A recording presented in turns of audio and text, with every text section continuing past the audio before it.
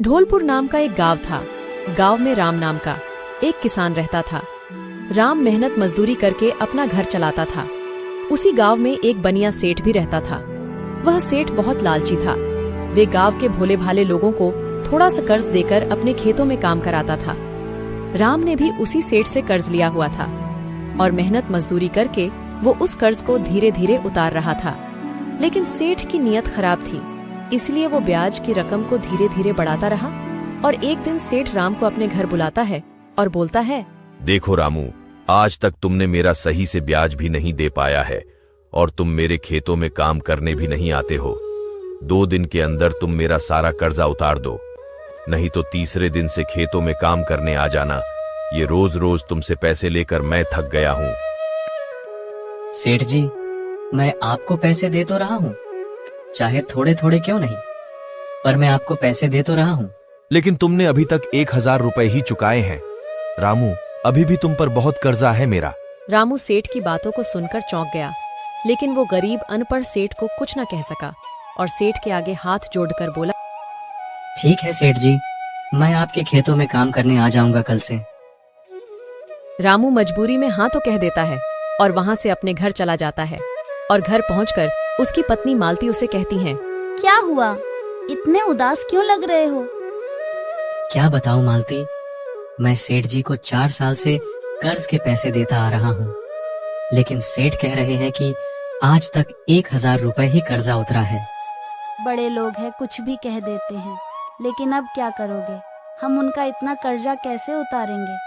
मैंने कह दिया है सेठ को कि मैं उनके खेतों में खेती कर दिया करूंगा और जब उनका कर्ज उतर जाएगा तो मुझे छोड़ दीजिएगा। भगवान कुछ न कुछ रास्ता जरूर निकालेंगे। तुम खाना ले आओ, बड़ी भूख लगी है। खाना तो बना नहीं है, 2 दिन की एक बासी रोटी है, कहो तो ले आऊं। ले आओ, पेट ही तो भरना है। मालती भी बेचारी मजबूर होकर 2 दिन पुरानी रोटी ले आती है और रामू भी मजबूर होकर वो बासी रोटी खाने लगता है। क्योंकि रोटी 2 दिन पुरानी थी और भूख 4 दिन। वो गरीब रामू बड़े आराम से रोटी खा गया, क्योंकि भूख के मुकाबले रोटी ताजी ही थी। तभी उसके दरवाजे पर किसी ने आवाज लगाई, कोई है क्या माई? मैं बहुत भूखा हूँ। रामू और उसकी पत्नी बाहर जाकर देखते हैं तो उनके दरवाजे पर एक साधु बैल के साथ खड़ा होता है। वो उनसे कहता है, बेटा, मैं बहुत दूर गांव से आया हूँ, मेरा बैल बहुत भूखा है, कुछ खाने को हो तो दे दो। लेकिन बाबा जी, मेरे पास तो आधी ही रोटी है, उससे इसका क्या होगा? कोई इस बैल को अपनी श्रद्धा से 1 दिन का भी अर्पण करता है तो ये उसी से अपना पेट भर लेता है, और ये तो आधी रोटी है। रामू मजबूर होकर इस बैल को अपनी आधी रोटी दे देता है। तभी साधु कहता है, मैं जानता हूँ कि तुम भूखे थे, फिर भी तुमने अपना भूख न देखकर इस बैल का पेट भर दिया, इसीलिए मैं तुम्हें खुश होकर ये बैल तुम्हें उपहार में देता हूँ। मगर ध्यान रहे, तुम जब भी शाम को काम खत्म करके जो भी लाओगे उसमें से आधा इस बैल को देना होगा। साधु जल्दी से बैल को रामू को देकर चला जाता है। रामू की पत्नी मालती उसे कहती है, अरे क्या किया उस साधु ने? हम तो वैसे भी कर्ज के बोझ के तले दबे थे और रूखा सूखा खाकर अपना पेट भर रहे थे। अब आधा इसको देंगे तो हमें से किसी एक का ही पेट भरेगा। तुम चिंता क्यों करती हो? भगवान की यही मर्जी होगी। अब चलो, सोने चलते हैं। रामू अपने बैल को बांधकर सोने चला जाता है और अगली सुबह जब जागता है तो उस बनिया सेठ के आदमी रामू के घर आकर कहते हैं, रामू, अच्छे से सो लिया हो तो चलो, सेठ जी ने खेतों में काम करने के लिए इसी वक्त तुम्हें बुलाया है। जैसे ही राम जाने लगता है तो उसकी पत्नी कहती है, अरे सुनो, अपने बैल को भी साथ लेते जाओ, खेती बाड़ी करने में काम आएगा। रामू मालती की बात मानकर बैल को साथ लेकर सेठ के यहाँ पहुँच जाता है। अरे रामू, ये बैल कहाँ से लाया? सेठ जी, आपके खेतों में काम करने के लिए लेकर आया हूँ। ठीक है रामू, मैं आज तुम्हें अपना वो खेत देता हूँ खेती के लिए, जिसमें आज तक कोई माई का लाल एक घास तक नहीं उगा सका है। तुम्हें उसी खेत में काम करना है और शाम तक उस खेत को उपजाऊ बनाना है। और हाँ, ध्यान रहे, दोपहर के खाने में सिर्फ आधी रोटी ही मिलेगी, इसलिए जल्दी करो।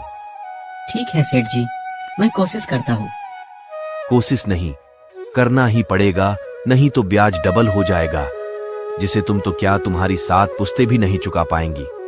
मगर तुमने ये कर दिखाया तो मैं तुम्हें तुम्हारा सारा कर्जा माफ कर दूंगा और मैं तुम्हें एक बैल भी उपहार में दूंगा।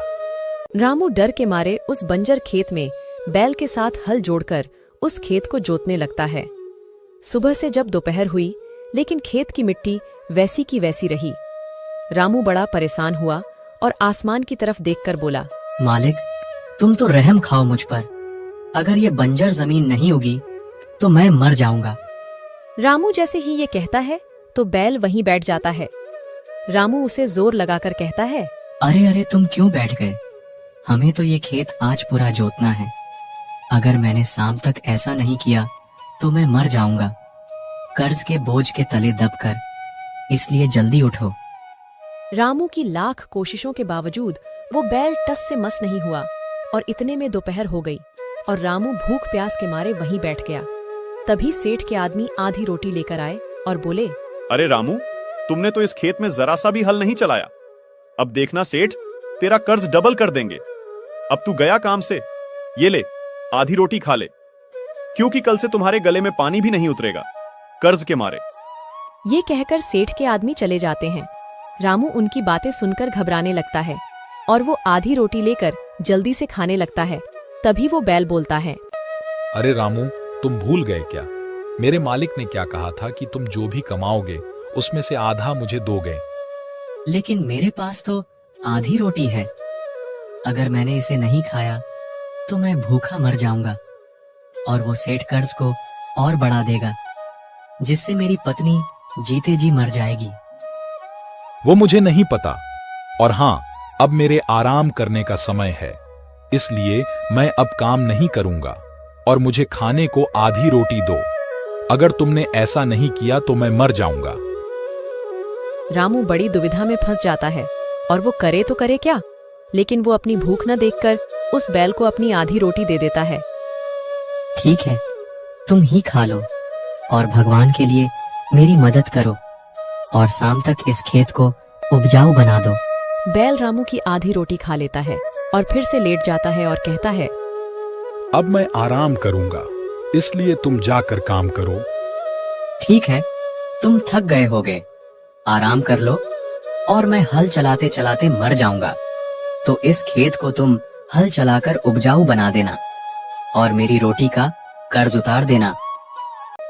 ये कहकर रामू दोपहर की गर्मी में काम करने लगता है। उसका ये त्याग देखकर वो साधु वहां पर प्रकट हो जाता है और कहता है, रुक जाओ रामू, मैं तुम्हारे त्याग को देखकर बहुत प्रसन्न हूं। तुमने अपनी भूख न देखकर मेरे बैल का पेट भर दिया। अब तुम चिंता न करो, मेरा ये बैल तुम्हारी सारी समस्या का हल कर देगा। यह कहकर वह साधु वहां से गायब हो जाता है और उसी पल वो बैल तत्काल उठकर रामू के पास आता है और कहता है, रामू, जहां त्याग समर्पण की भावना होती है वहां पर भगवान को भी झुकना पड़ता है। मैं अब तक तुम्हारी सहन शक्ति की परीक्षा ले रहा था, जिसमें तुम पास हुए, और अब तुम देखो कि मैं क्या करता हूँ। बैल जैसे ही काम करने लगता है, एक पल में सारा खेत जोत देता है और कहता है, मालिक, मैंने इस अभागे का आधा काम कर दिया, अब आगे आपकी मर्जी। जैसे ही बैल यह कहता है, उसी पल बारिश होने लगती है और देखते ही देखते वह बंजर खेत एक उपजाऊ खेत में बदल जाता है। इस चमत्कार की खबर जैसे ही सेठ को लगती है तो सेठ रामू से माफी मांगता है और कहता है, रामू, मुझे माफ कर दो। मैंने लालच में आकर तुम्हें इस खेत को जोतने के लिए बोल दिया ताकि तुम इस काम को ना कर सको और मैं तुम पर अपना कर्ज और बढ़ा सकूं। लेकिन तुमने अपनी मेहनत से इस बंजर खेत को उपजाऊ बना दिया, इसीलिए तुम्हें ये खेत और एक बैल उपहार में देता हूँ और तुम्हें अपने कर्ज के बंधनों से आजाद करता हूँ। रामू यह सुनकर बहुत खुश होता है और उसकी आंखों में आंसू आ जाते हैं और अपने बैल को नमस्कार करता है।